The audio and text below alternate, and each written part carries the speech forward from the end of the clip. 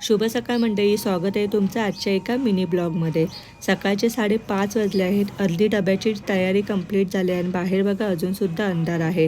डबा कंप्लीट केला आणि त्यानंतर रवा लाडूची ऑर्डर होती, तो रवा भाजायला घेतला।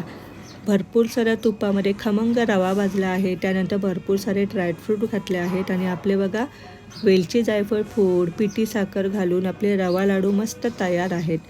रवा लाडू कंप्लीट केले आणि त्यानंतर हेअर हिनाची ऑर्डर होती। मग मी ती मेहंदीसुद्धा भिजत घातली लोखंडी कढईमध्ये। बऱ्याच जणींनी मला विचारलं होतं तुम्ही हिना कोणता वापरता, तर मी द बॉडी केअरचा नॅचरल हिना वापरते। आणि हे बघा हा भोकासुद्धा आपल्याला कसा मदत करत आहे। मेहंदी छान भिजत घातली सरसरीत आणि त्यानंतर ती रात्रभर भिजत ठेवली। आजच्या जेवणात आहे चपाती, तांदळाची कुरडई, मिरची भजी, कढीपत्ता चटणी, त्यानंतर फ्लावर आणि मटार भाजी आणि पडवळची भाजी।